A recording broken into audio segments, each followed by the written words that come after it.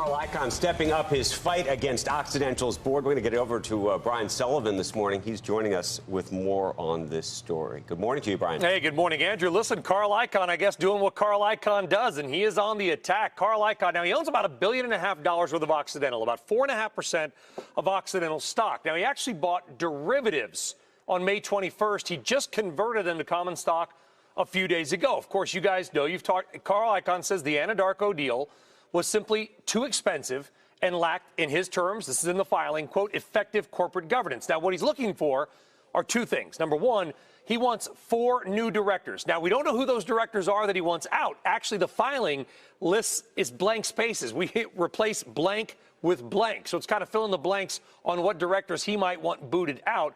He also wants to amend the company's charter to try to make it easier down the road for shareholders to effect change at the company. Now, under the Occidental charter, I don't want to get all wonky. If you own about 20% of Oxy stock, you can request a date to vote. You need a majority of shareholders to vote in favor to do that. If Icahn can get past that vote, then they would set a date to then take potential action. Now, shareholders so far, guys, have mostly supported Occidental management. CEO Vicky Holub getting 78% rather of the votes for support back in May. The lowest number of any board member got was 71%.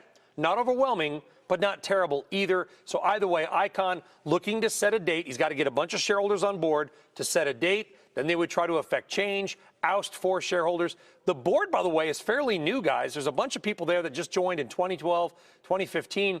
The oldest board member, Spencer Abraham, joined just in 2005, which, by the way, for an oil company, I mean, I know that was, whatever, 14 years ago. But there's a lot of board members on companies that have been there for a lot longer. For its part, Occidental has responded with a quote, "We will review the latest materials filed by Mr. Icahn and look forward to addressing them in our ongoing conversations with Occidental shareholders." By the way, guys, Oxy stock down about 5% since that deal was announced on May 21st, while Chevron up 2% in that time.